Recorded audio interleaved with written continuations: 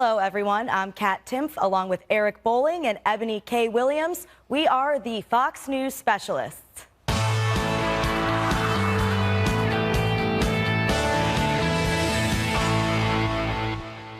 Monday's horrific suicide bombing. It's very clear that this is a network that we are investigating, and as I've said, it continues at a pace. There's extensive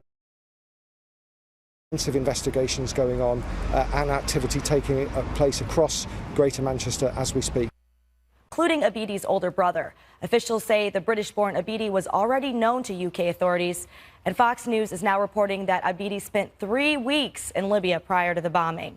He returned to England just days before the Ariana Grande concert. Meanwhile, in Libya, officials have arrested Abidi's father and younger brother on suspicion of links to ISIS. Yeah, so that's obviously not good. And in Europe, they seem to have problems with communication when it comes to their different agencies communicating with each other when it comes to spotting terrorism. I'm actually blown away what's going on today and yesterday and today. Yesterday, we ran a soundbite of Katty Kay on my friend's Morning Joe. We have to, because we are never going to be able to totally wipe this out. Now, Katty Kay is a reporter for the BBC in London, in Europe. That's disturbing enough. But today, maybe yesterday afternoon or this morning, Andy Burnham, the mayor of Manchester, came out and said this: we're grieving today, but we're strong. Today will be business as usual as far as possible in our great city. No, it's not business as usual. Do it in a way that you don't worry about offending certain groups, and you say, we're going to wipe this out. We're going to take care of it. But to say it's business as usual, boy, I have a real problem with the way the Europeans, especially the Brits, are framing this. I don't know. Maybe they were just trying to say that they weren't going to let the terrorists impact their way of life, was the way I interpreted it. Yeah, and I think that's the issue.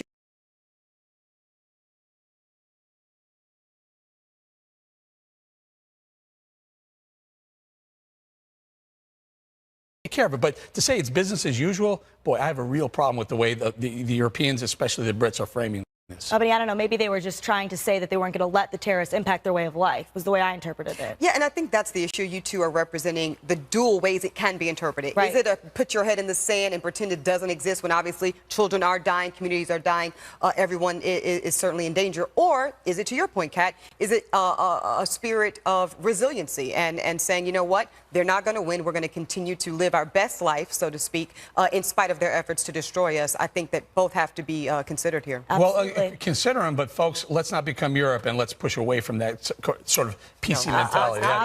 Obviously agree with that. All right. Let's meet today's specialists. He is a former White House press secretary for President George W. Bush and a best-selling author for his book, Taking Heat. He's also the founder of Fleischer Communications, and he specializes in being a huge New York Yankees and Miami Dolphins fan. Ari Fleischer is here. And he was a senior spokesman and traveling press secretary for Hillary Clinton. He's a Fox News contributor, and he's the founding executive director of Georgetown University's Institute of Politics and Public Service. But he specializes in campaign trail karaoke bars. Mo Elleithee is here. All right, so Mo, I'm going to start with you. How did you see this? People are trying to draw comparisons between the UK and could this happen here. The way I see it, there's a lot of things we do better when it comes to fighting terrorism, communication, Muslim immigrants assimilating better that they don't do over there. How fair do you think that those comparisons are?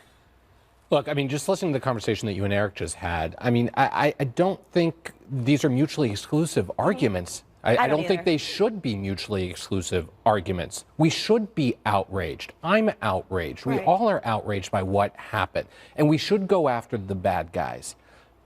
But that doesn't mean we should slow down our way of life. That's what they want to do. They want to disrupt us. Ari will remember this. I remember President Bush in the days following 9/11 taking a very strong tack in talking about going after the terrorists, but also saying they are not going to slow us down as Americans. We are going to continue to live our lives. He stood on that pile of rubble, and I was there. I was there for that. Yeah. He stood with the megaphone, and Ari, correct me if I'm wrong, and he said, we're coming after you.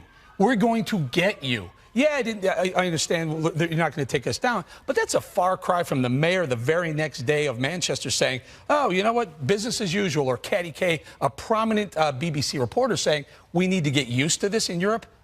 No way, not here. Not New York, not the United States. Yeah, the of other America. part of the narrative I think is missing. There is a crucial bifurcation you have to make here. It is fully appropriate for the public to say, we want to get on with our lives, we want to have business as usual.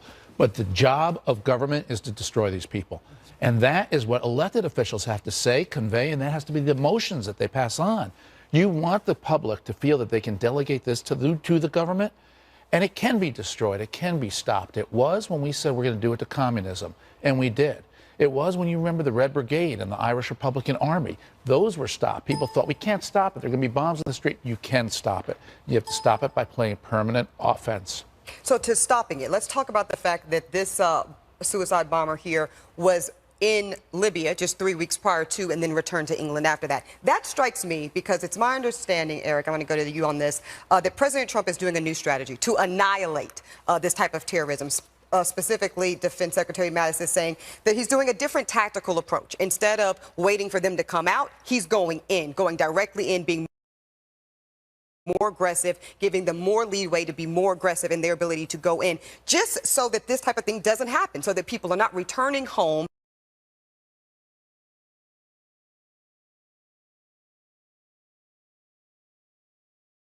Officials. I'd also like to point out, you very accurately point out that this guy, Salman Abedi, went to Libya. He came back. He's been in Syria, allegedly in Syria as well. The whole family is a network of ISIS-trained fighters. Hang on, but this is very important.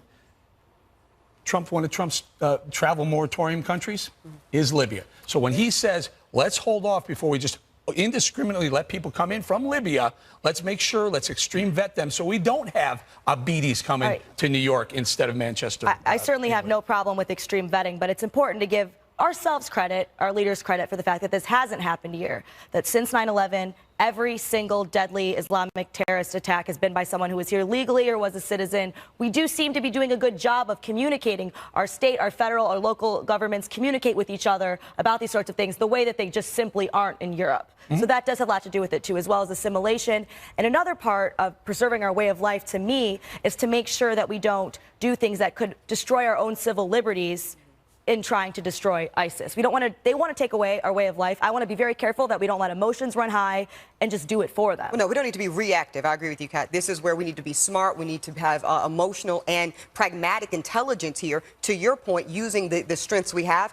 Look, this was a place I was continuously criticizing President Obama around. I didn't think there was enough aggression on this issue of terror, for sure. So for all of the criticisms I have for President Trump, this is a place where I commend him. I commend him for saying, you know what, they're not a JV team. We're going to annihilate. Can we point something out, though? And Ari,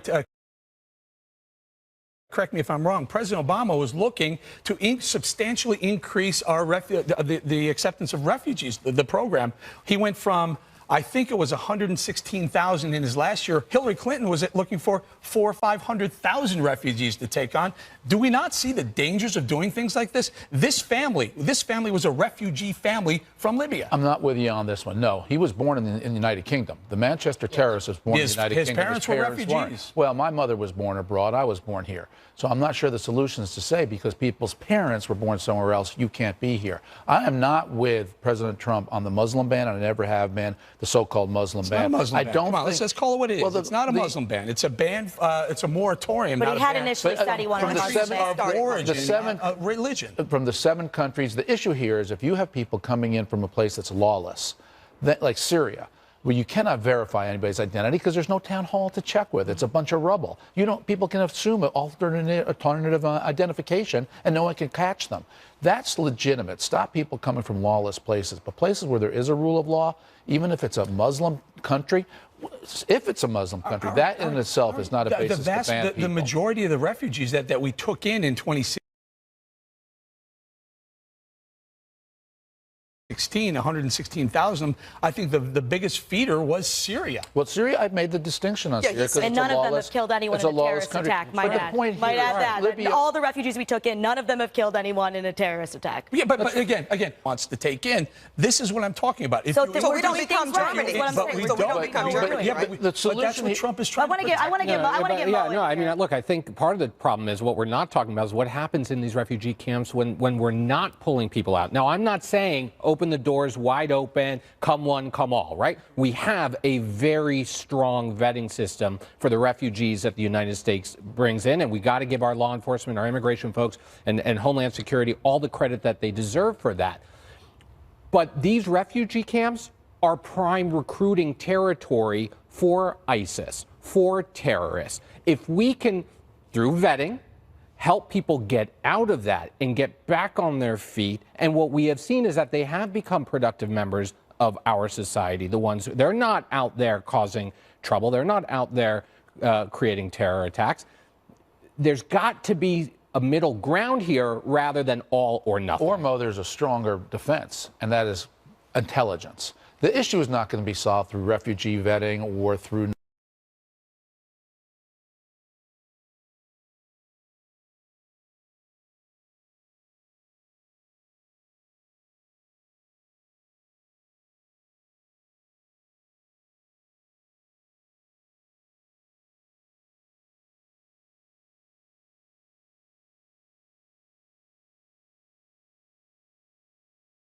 take advantage of our generosity and would do us harm. And I think what you just said is important. They have to be married to one another, right? Too much of the conversation right now is either or. It's this or it's this. The reality is if we're going to take on terrorism, we have to have it all. We have to be able to use intelligence. We have to be open and compassionate where it makes sense. We have to have the vetting. We have to have strong military, strong diplomatic, strong economic leverage. Here's the problem with what you're saying. Europe has historically open borders within the countries. We've talked about that ad nauseum. There are also countries within Europe who are willing to be more aggressive taking on refugees. And as Ari astutely points out, you don't know where a vast majority of these people come from. They don't have educational records. They don't have work records. They don't have prison records. They just show up and they're able to come in.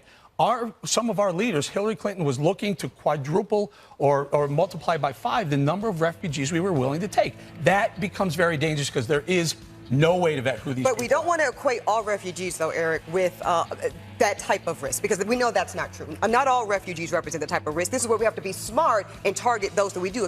Again, going back to accurate criminal profiling, not religious or racial profiling. Absolutely. All right. President trip in Belgium today, arriving in advance of a high-stakes NATO summit. The president will reportedly endorse NATO's mutual aid pledge for the first time and rally efforts to combat radical Islamic terror after the Manchester attack. We will work together on various problems. Number one right now is terrorism, and we are fighting very hard, doing very well under our generals and making tremendous progress. But when you see something like happened 2 days ago, you realize how important it is to win this fight. And we will win this fight. All right. How comforting do you think that type of language coming out of the president is for those who were nervous and skeptical when early on we saw then candidate Trump talking about his skepticism around how beneficial NATO was to America at this point and how some people weren't carrying their weight? Well, I'm not really interested in being comforting to our West European allies. I'm interested in getting things done. Okay. And Donald Trump in the campaign was on to a very important issue, and that is 23 of the 28 nations in NATO don't pay their fair share. Yeah. And they never have. They take advantage of us. There are only 5 nations in NATO that pay, and it's the United States, United Kingdom, as always. We're in excess of 2%. UK is. Estonia, Poland, and Greece. The rest, not a single other Western European nation, you know, it's not France, not Germany, none of those economic behemoths. Nobody is doing what they're supposed to do, so we have the burden on us. So I actually think Donald Trump threw the towel in a little too early by accommodating NATO and saying, I'm with you now. I'd like to keep the pressure on NATO to get them to do more. Mo, how about that? I mean, I do think a lot of people felt that we do pay too much and maybe don't get some of what the people that aren't paying, that Ari points out, in. Is that a fair thing? And should Trump have been harder on it? Demanding that our NATO allies pay their fair share? Absolutely appropriate right now. And that is, we are in tenuous times, right? We are in a period where Europe is under assault, where borders are mushy when it comes to, you know, the traditional nation state, you know, model isn't exactly what we're in right now. To have the United States raising questions about whether or not it will be there for our allies when you've got terrorism coming up from one direction and Russia coming in from the other direction is something that is going to raise a lot of concerns. Now, if you're saying this is just a negotiating tactic, I think it's a dangerous negotiation tactic. But Eric, what if it's more than that? When's the right time? There's an important distinction that we're not making right here. President Trump is onto something, and he's not demanding that the other 23, actually 24 now, because we just somehow decided to put Montenegro in NATO for some wild, crazy reason, because that's just another country we're going to have to defend if they pick a fight. That's crazy. They won't pay. But he demanded that they pay their fair share, not to NATO, to themselves, to spend your own money on your own defense. And 23 or now 24 of the 29 aren't doing, which is even crazier. We're not demanding them to pay. Well, look, we're already putting in $685 million a year. And the Montenegro decision was crazy. 22% that was of the supposed to be NATO a budget. criteria. We're not demanding all these other countries put money into NATO. Just spend. Apparently, we just kind of threw that out the window. So even though I totally understand your point for sure that you don't want to abandon them when you see what's going on there and act like you won't be there for them, but definitely throwing too much of our resources in without getting enough back. But here's the side of me that always, Obama, Clinton, you can go back time immemorial, has said the same thing, that NATO needs to pay more, they need to pay their fair share. They say it, and they don't do anything about it. Along came Donald Trump, sounding different, acting different, and talking tough. And this is what has gotten Europe scared, because they think he is different. They know how to ignore American presidents. They know how to play the game, saying,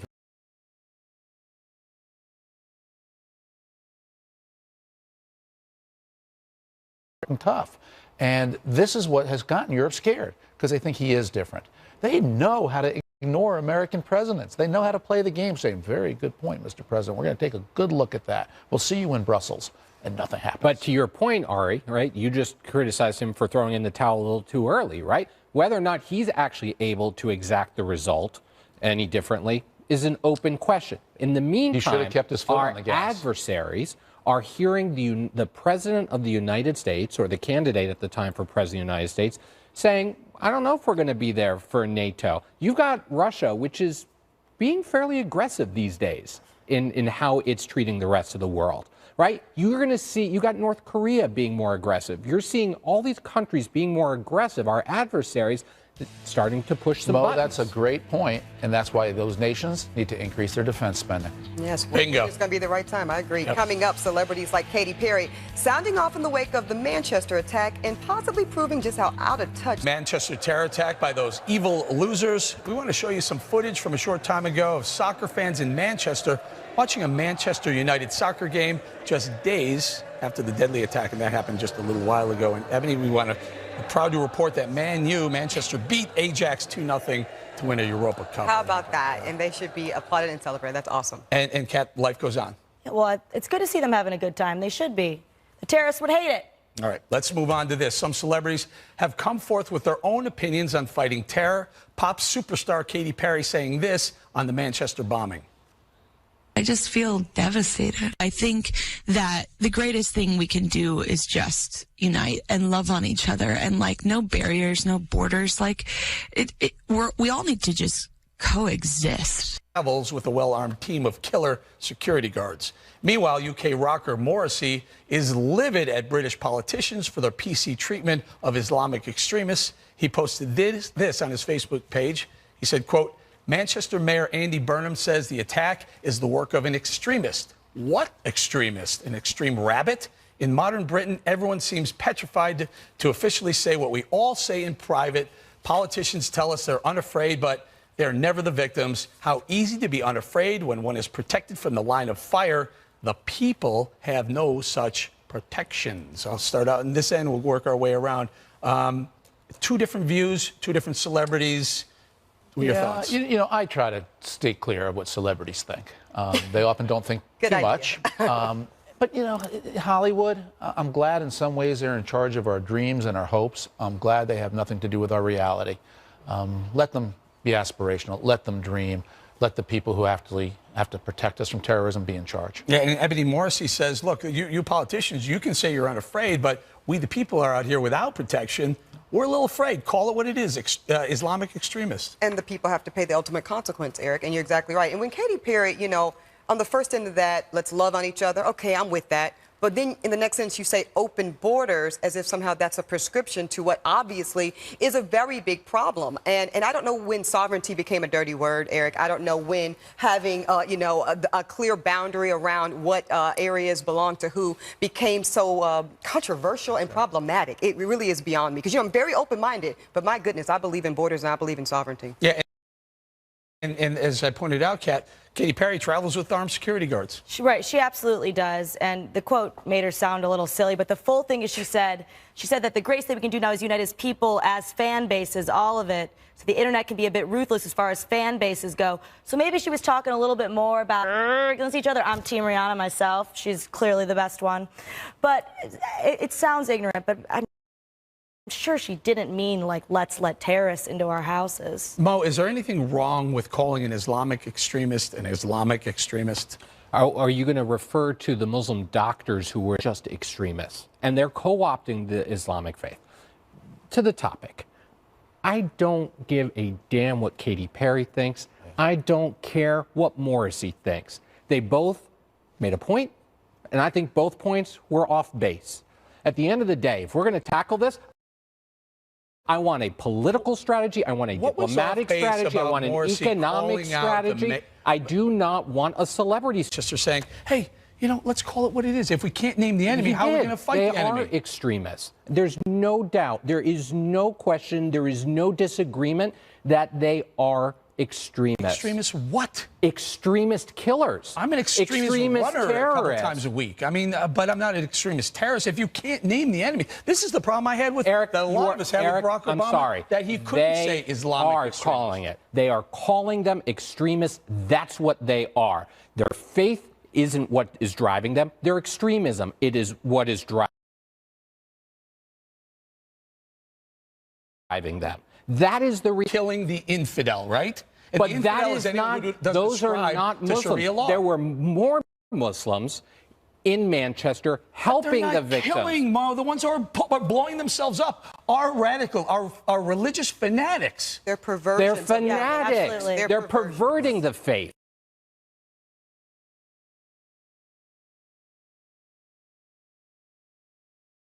Are radical, are religious fanatics. Faith. They are not embracing it. They are perverting it. What do we have a problem calling what it is? They're radical Islamic extremists. They are what they are. They're not radical Christian extremists. But they're not radical those. pilots. We have those. And we but when we have them, did we call Dylan Roof, who walked into South Carolina, a radical Christian extremist? We absolutely should. You would call him a Christian. So we're going to start assigning their faith, every killer's faith, as a descriptor of who they are. Well, I don't think we hide from it. Ari, do we hide from the adjective? They are radical Islamist extremists. I have no problem saying it. That's what they are. But I think what's more important is not what we call them, but what we do to them. That's right. And that's why I want to see the government play permanent offense. That's why I want our intelligence to be tough and invasive for the people we need to be invasive with, who are not American citizens. And if it's a citizen, I want a warrant.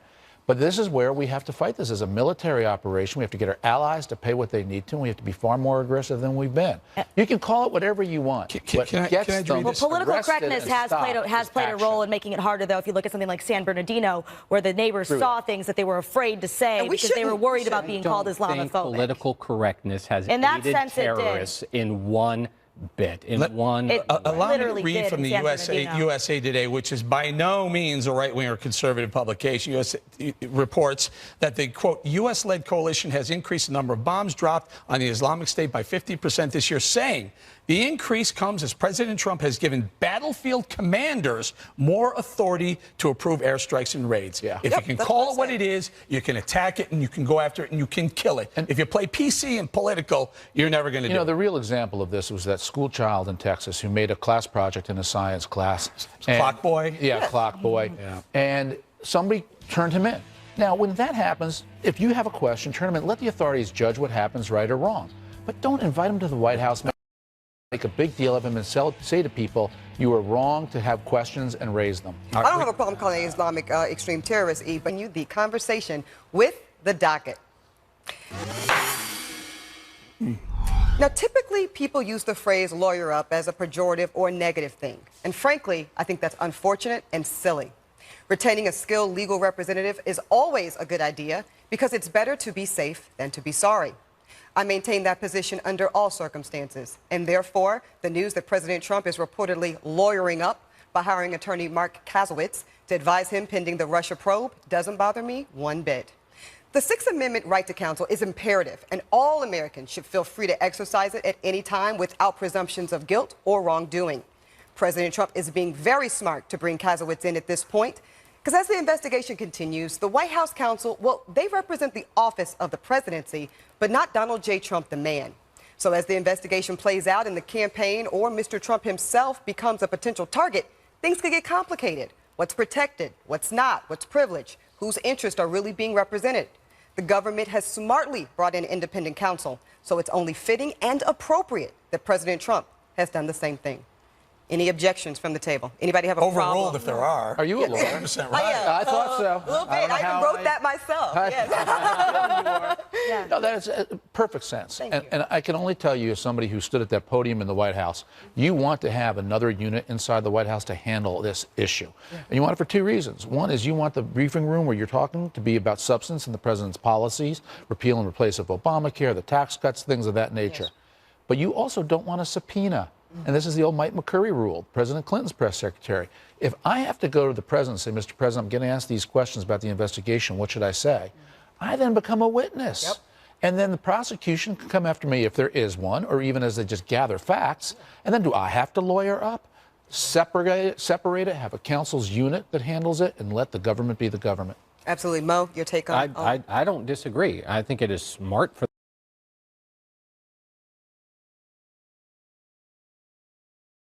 the president, given everything that's going on, to have his own counsel.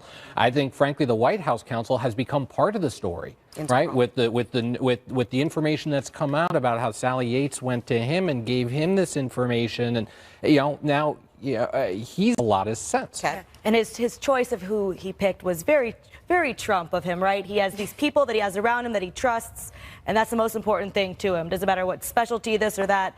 Trust this guy, this is my lawyer, and he's going to let him handle it. And I think that the way he's been handling this in general lately, kind of just not weighing in one way or another, is what he should have started doing a while ago, and I'm glad to see him doing it now. Bowen. Very importantly, Charlie Gasparino broke the story yesterday that it was going to be this Mark Kasowitz. Mark Kasowitz, according to Gasparino, also people close to Kasowitz have said that he believes it's complete BS, this whole charade that's going on. That's the lawyer speaking, allegedly, again, according to Gasparino. Well, one would hope the president's lawyer. One would hope he would hire someone that feels that way. Well, but then he goes a little bit further and says his statements to Comey, for example, I hope he drops the charges, or not direct edicts, but rather expressed opinion, and that's something you might weigh in on. Yeah, absolutely. And, I've spoke many times on this show about the specific intent requirement. That's got to be there if you're going to even move forward with an obstruction charge. It's going to be incumbent on the president's counsel to say, you know what, at best, if there was a conversation with Comey, whatever he said was suggestive. Mm-hmm. His intentionality was not to impede or to thwart any proceeding or investigation. That will be certainly that argument. But here's another legal story for you guys on the docket. In a memo out on Monday, AG Jeff Sessions tried to clarify the administration's sanctuary city injunction. Now, it's clear from the president's original order and from Sessions' new memo that the attempt is to incentivize local cooperation with federal immigration efforts I'm going to come to you on this. Lots of controversy around the notion of sanctuary cities and this issue of funding. Now, traditionally, constitutionally, it's Congress that delegates how money is spent with our government. Do you take issue at all with this executive order? Yeah, I do. Now, I'm not a legal expert, so I'm going to... Everybody can't be, Mo. Don't worry about it. Yeah, I'll defer to you and other people smarter than I on the legality of it. I do think you're right. Constitutionally, it's up to the Congress, not to the executive. But I also think that this is just as much a political discussion as it is a legal one. And the political lines are very clear in why each side is saying and doing what it's saying, right? In these cities where there are large numbers of immigrants, cities that tend to vote more Democratic,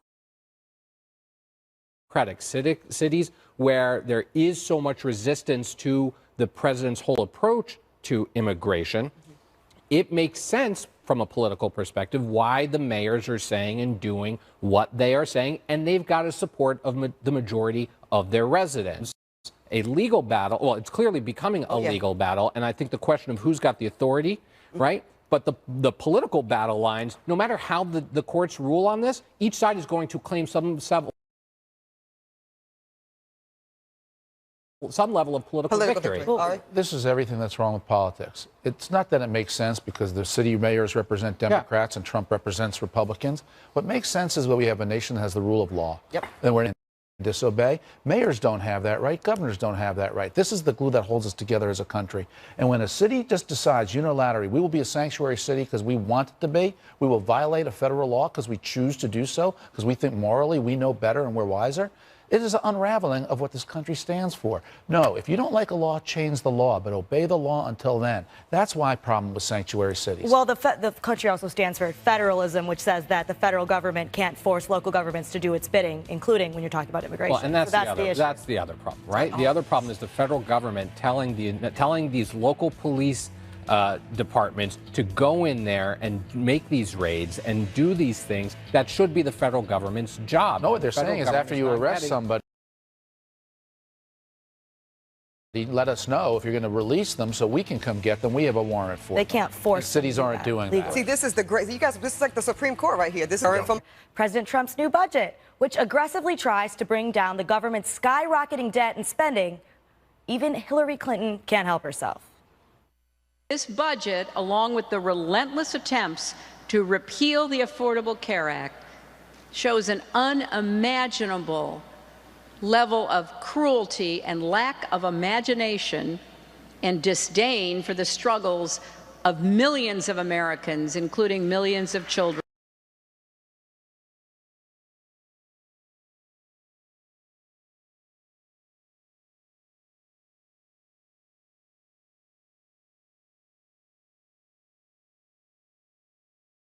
For it. Exactly. I'm so sick of these kind of hysterics when it comes to cutting anything ever. We're bringing down most of these programs to, you know, the mid-2000s level, and they're acting like we're just stripping everything away, and everybody really needs to calm down. Can I throw something in here? This is a conservative's dream budget. You have increase in spending for military, for defense, for homeland security, and for veterans affairs. And get this, the EPA is gutted at 30% drop in spending. Labor, 20% drop. State Department, 29%. Conservatives like this. So all day long before, while this was being mashed out on TV, the left was saying, this can't happen. This budget doesn't do what it says it's going to do because you'll never get 3% growth. And they're hung up on 3% growth.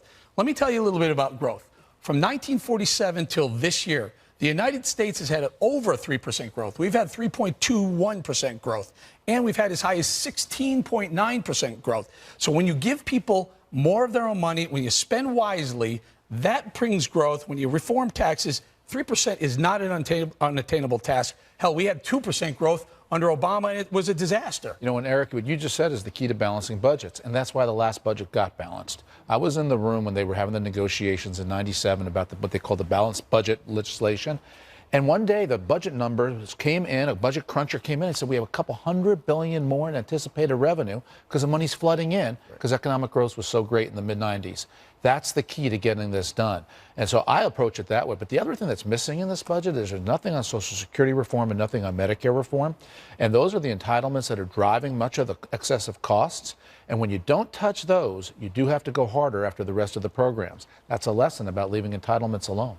And I think the reason that those are never touched, Ari, is, and correct me if I'm wrong, I think that politically the consequences feel very high. When someone goes out and they touch those programs, people get deep into their feelings.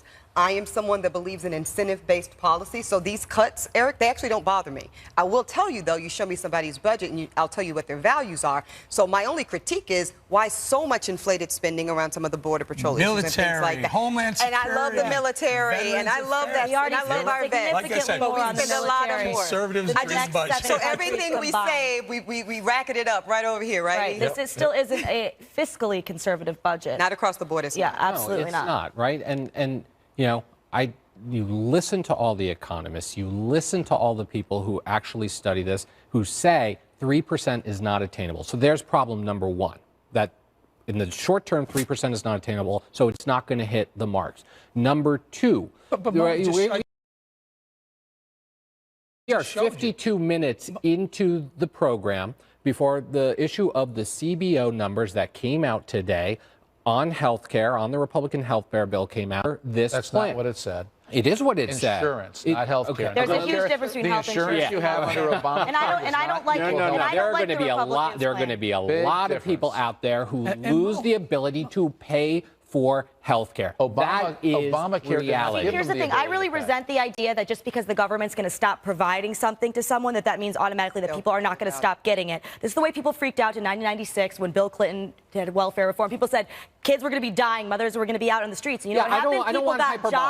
People got jobs, and then people actually got resources from other places besides the government, from charities when they needed them. And actually, the rate of infant deaths went down. So this kind of hysterics coming from everybody. Everyone's going to die. Everyone's going to get sick, and they're going to die, and everyone's going to be so poor. And it's not that serious. And a lot of times, private solutions are better. And when we employ these kind of tactics of just hysterics, then that keeps us from ever being able to consider a private solution. Well, you did. You said that people are going to be without it. Just because the government's not providing it doesn't mean they're going to be without it. Lose insurance. Insurance is going to become more difficult for more people. It's going to be more expensive for more people. I'm not saying that's people the other are part. going to die. That's a tall comment coming from under Obamacare. They just released on yesterday, they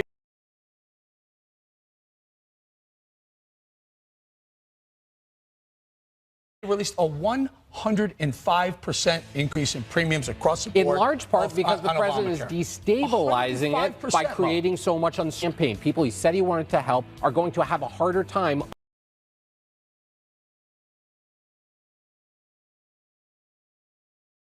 under this budget. Why a lot of Republicans are walking. Right after this.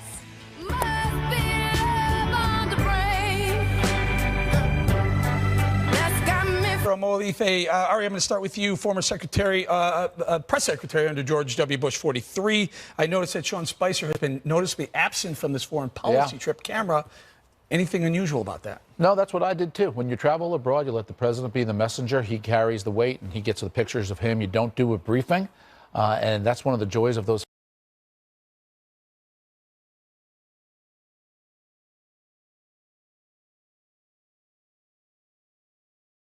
foreign trips, too. It's like a day off. Okay, Ebony? Very nice. I'm going to go with Mo. Hillary Clinton saying her piece about the budget. Is this an effort by her to reinsert herself into the political conversation? Make up the resistance, and I think a lot of it is a drift. I think a lot of just competing messages. So there need to be a handful of big Democrats to kind of focus the conversation, I think, from time to time. Right. Yeah, I have a question for you, too. So you said karaoke bars? Yeah, is that Do you have a specific song that you always go for? I don't choose the song. The song chooses me. The song? I am but a vessel.